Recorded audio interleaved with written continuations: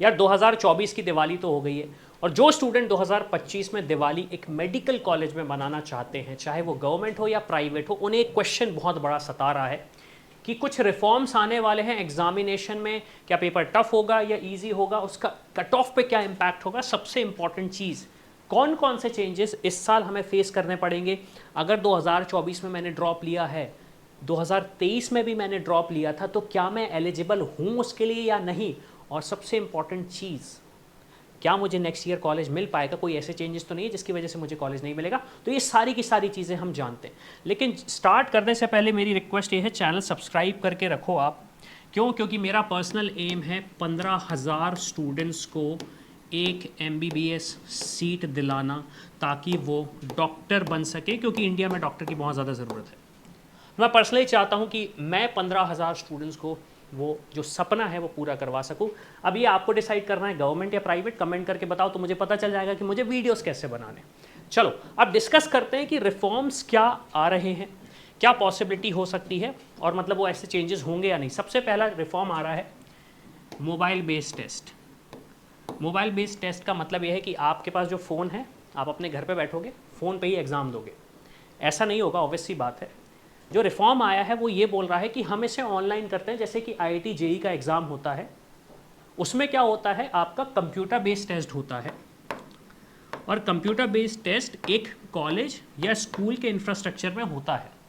अब computer based test का एक जो छोटा सा डिसएडवांटेज है, स्पेशली नीट UG के स्टूडेंट्स के लिए, वो ये है कि MBBS में एडमिशन लेने के लिए आपको यही एग्ज़ाम देना है। चाहे आप आयुष जाना चाहते हो, चाहे BDS या MBBS, आपको यही एग्ज़ाम देना, चाहे अब्रॉड से पढ़ना हो, चाहे इंडिया से। अब लगभग 26 लाख स्टूडेंट्स अपीयर होने वाले हैं 2025 में। तो क्या इतना बड़ा इंफ्रास्ट्रक्चर रेडी हो पाएगा? और इंफ्रास्ट्रक्चर रेडी हो पाएगा, लेकिन वो प्रॉपरली काम करेगा या नहीं करेगा।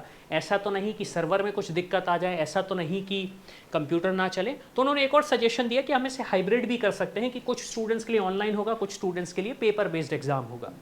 अब इंफ्रास्ट्रक्चर वाइज बात करूं, आइडिया बहुत अच्छा है, लेकिन चैलेंज बस ये है कि ये 26 लाख स्टूडेंट्स के लिए करना है। और सबसे बड़ी इशू ये है कि जो स्टूडेंट्स इन्वेस्ट करते हैं मेडिकल एजुकेशन में, उनके पास दूसरे करियर ऑप्शंस यूजुअली कम होते हैं या फिर होते ही नहीं है। तो एक रिस्की चीज़ हो सकती है। अगेन आई होप जो भी डिसीजन मेकिंग अथॉरिटी है वो एक प्रॉपर डिसीजन ले, ताकि अच्छे से अच्छा डिसीजन हो, और जो स्टूडेंट्स को चैलेंज फेस करना पड़ता है वो उन्हें ना फेस करना पड़े।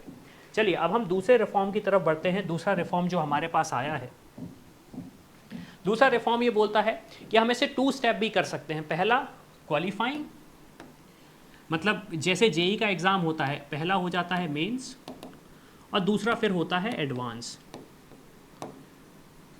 ये ऑप्शन भी हो सकता है, लेकिन अगेन इसमें चैलेंज ये है कि अगर हम इसे अभी करते हैं तो टेक्निकली JEE जो एग्ज़ाम है, मेंस जो होने वाला है, वो जनवरी 25 में हो जाएगा। मैं JEE की बात कर रहा हूँ, नीट की बात नहीं कर रहा हूँ। तो अगर नीट में भी ऐसा करना पड़ेगा तो उन्हें 26 लाख स्टूडेंट्स के लिए पहले जनवरी, फरवरी या मार्च तक वो एग्ज़ाम कंडक्ट कराना पड़ेगा। बोर्ड एग्ज़ाम भी देखने पड़ेंगे, उसके बाद मेंस होगा और उसके बाद काउंसलिंग होगी। तो थोड़ा सा जो टाइमलाइन है वो यहाँ पे स्ट्रेच होता हुआ दिख रहा है, वो टाइमलाइन थोड़ा सा स्ट्रेच होते हुए दिखेगा। एंड ऑब्वियस सी बात है, ये प्रिपेयर करना मुश्किल हो जाएगा स्टूडेंट्स के लिए, और पेरेंट्स को भी अकोमोडेट करने में प्रॉब्लम आएगी। तो ये पॉसिबिलिटी अभी तो नहीं लगती। हो सकता है 2026 में इंप्लीमेंट हो जाए, लेकिन 25 में थोड़ा सा मुश्किल लगती है। अब इसके बाद एक जो नेक्स्ट रिफॉर्म आ रहा है, नेक्स्ट रिफॉर्म बोला जा रहा है कि NTA के जो स्टाफिंग है, अभी ये बताया गया था कि NTA के पास बहुत कम स्टाफ है, जिसकी वजह से ये जो पेपर लीक का होल सिचुएशन हुआ था कि कोई दूसरे के हाथ में चला गया, कोई दूसरी ऑर्गेनाइजेशन का बंदा था जिसके हाथ से वो पेपर लीक हुआ, बहुत सारी चीज़ें। तो उन्होंने सजेस्ट ये किया है कि NTA का स्टाफ इंक्रीज़ हो जाए। अब देखो, ये एक ऐसी चीज़ है जिसमें ना तो स्टूडेंट की लाइफ इम्पैक्ट होगी, ना पेरेंट्स को परेशान होना पड़ेगा, और एडवांटेज ही आएगा। इसका मैं सिंपल सा एग्जाम्पल देता हूँ। जब भी इंडिया में इलेक्शन होते हैं तो आपने देखा होगा काफ़ी सारे लोग आपके घर के आसपास बोलते हैं मुझे इलेक्शन ड्यूटी में जाना है। अब हो सकता है कोई टीचर हो सकता है कोई पोस्ट ऑफिस में काम करता है, हो सकता है कोई BSNL में काम करता है, हो सकता है कोई रेलवे में काम करता है, और काफ़ी सारे स्कूल के टीचर्स, कॉलेज के टीचर्स, कॉलेज की बसेस इस इंफ्रास्ट्रक्चर को मैनेज करती हैं इलेक्शन के टाइम पे। तो ये चीज़ पॉसिबल हो सकती है कि एनटीए जैसा इलेक्शन के टाइम पे होता है, गवर्नमेंट एम्प्लॉयज़ को इंगेज करे और एग्ज़ाम को कंडक्ट करे। उससे एडवांटेज ये मिलेगा कि एनटीए के पास एक अथॉरिटी रहेगी डिसीजन मेकिंग, हालांकि डिसीजन मेकिंग की अथॉरिटी अभी भी उनके पास रहती है, लेकिन उनके पास जो स्क्रूटनाइज करने का जो प्रोसेस रहेगा वो काफ़ी हार्ड एंड मतलब सिंपल रहेगा उनके लिए।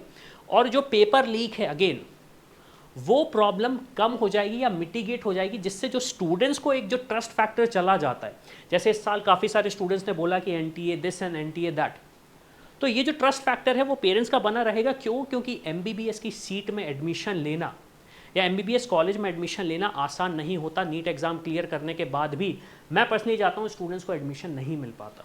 तो ये एक बहुत अच्छा रिफॉर्म होगा अगर आ जाएगा तो। अब एक और सबसे बड़ा जो सजेशन आया है वो है लिमिट पे, कि भाई सिर्फ और सिर्फ 2 बार ही आप एग्ज़ाम दे सकते हो। ये जो लिमिट है, हालांकि उन्होंने बोला नहीं है कि 2 बार ही दोगे, लेकिन एक जो लिमिट वाला सिचुएशन आ जाता है कि नंबर ऑफ लिमिट आप इतना ही दे सकते हो, ये भी अभी होना पॉसिबल नहीं है। क्योंकि हो सकता है जो स्टूडेंट ने 2024-23 में एग्ज़ाम दिया उसको सेटिस्फैक्ट्री कॉलेज नहीं मिला, ड्रॉप लिया, 2024 में नहीं मिला कॉलेज, फिर उसने ड्रॉप लिया। अब उन्हें तो प्रिपेयर्ड नहीं थे, उनसे सीधे अगर आप बोल दोगे कि आप 2025 के लिए एलिजिबल नहीं हो, तो स्टूडेंट का तो करियर ही खराब हो जाएगा। 2 साल उसने ड्रॉप लिया और उसके बाद उसको कुछ ऑप्शन ही नहीं मिल रहा। तो ये जो लिमिट वाला सिचुएशन है, अगेन वेलकमिंग है या नहीं है, ये मुझे आप कमेंट करके बताओ। क्योंकि काफ़ी सारे स्टूडेंट्स को मैं जानता हूँ पर्सनली जिन्होंने 5 साल तक का ड्रॉप लिया है। मैंने बात करी उन स्टूडेंट से, मैंने बोला ऐसा क्यों किया, तो उनका ये कहना है कि सर मुझे सिर्फ और सिर्फ एमबीबीएस करना है। अब इनमें से कुछ ऐसे स्टूडेंट्स हैं जिन्होंने किसी दूसरे कोर्स में एडमिशन लिया, 3 साल कंप्लीट किया, जॉब वगैरह कर रहे हैं, फिर भी एमबीबीएस की तैयारी कर रहे हैं। कुछ ऐसे स्टूडेंट्स हैं जिन्होंने कुछ नहीं किया, सिर्फ और सिर्फ एमबीबीएस की तैयारी कर रहे हैं, नीट एग्जाम की तैयारी कर रहे हैं। तो ये रिफॉर्म वेलकम है या नहीं है, प्लीज़ आप मुझे कमेंट करके बताओ। इसका एक फ़ायदा ज़रूर हो जाएगा, नंबर ऑफ एप्लीकेंट्स कम हो जाएंगे। लेकिन अगेन एक चीज़ हमें यह भी समझनी पड़ेगी कि डॉक्टर्स की सीट इतनी कम है इंडिया में, जिसकी वजह से स्टूडेंट्स बनना चाहते हैं डॉक्टर, और हमें डॉक्टर्स की काफ़ी ज़्यादा ज़रूरत है। तो ये रिफॉर्म वेलकम है या नहीं, प्लीज़ आप कमेंट करके बताओ, क्योंकि आप मेरे से ज़्यादा अच्छे जानते हो कि आप किस सिचुएशन में हो। तो ये कुछ ऐसे रिफॉर्म्स हैं जो कि सजेस्ट किए गए हैं। अब एनटीए से इम्प्लीमेंट करता है या नहीं करता है, या फिर गवर्नमेंट इसे इम्प्लीमेंट करती है नहीं करती, मतलब जो भी डिसीजन मेकिंग अथॉरिटी है वो तो क्वेश्चनेबल है।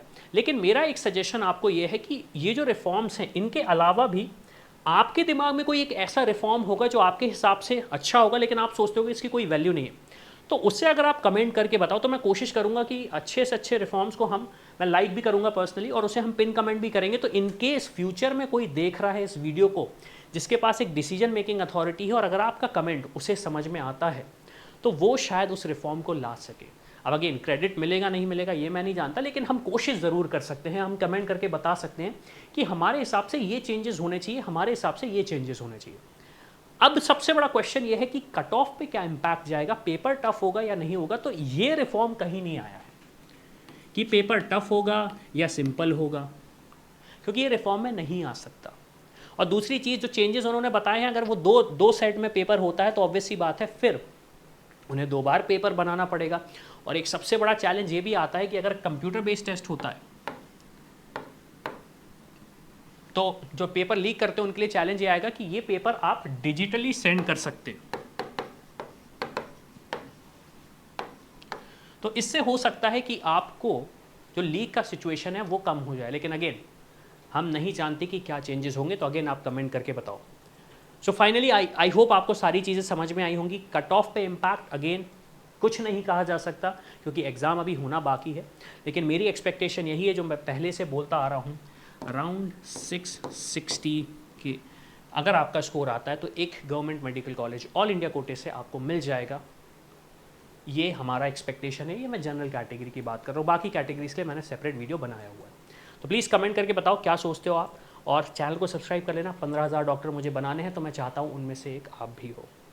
I hope you like this video. For more such videos, keep watching our channel and do not forget to like, share and subscribe.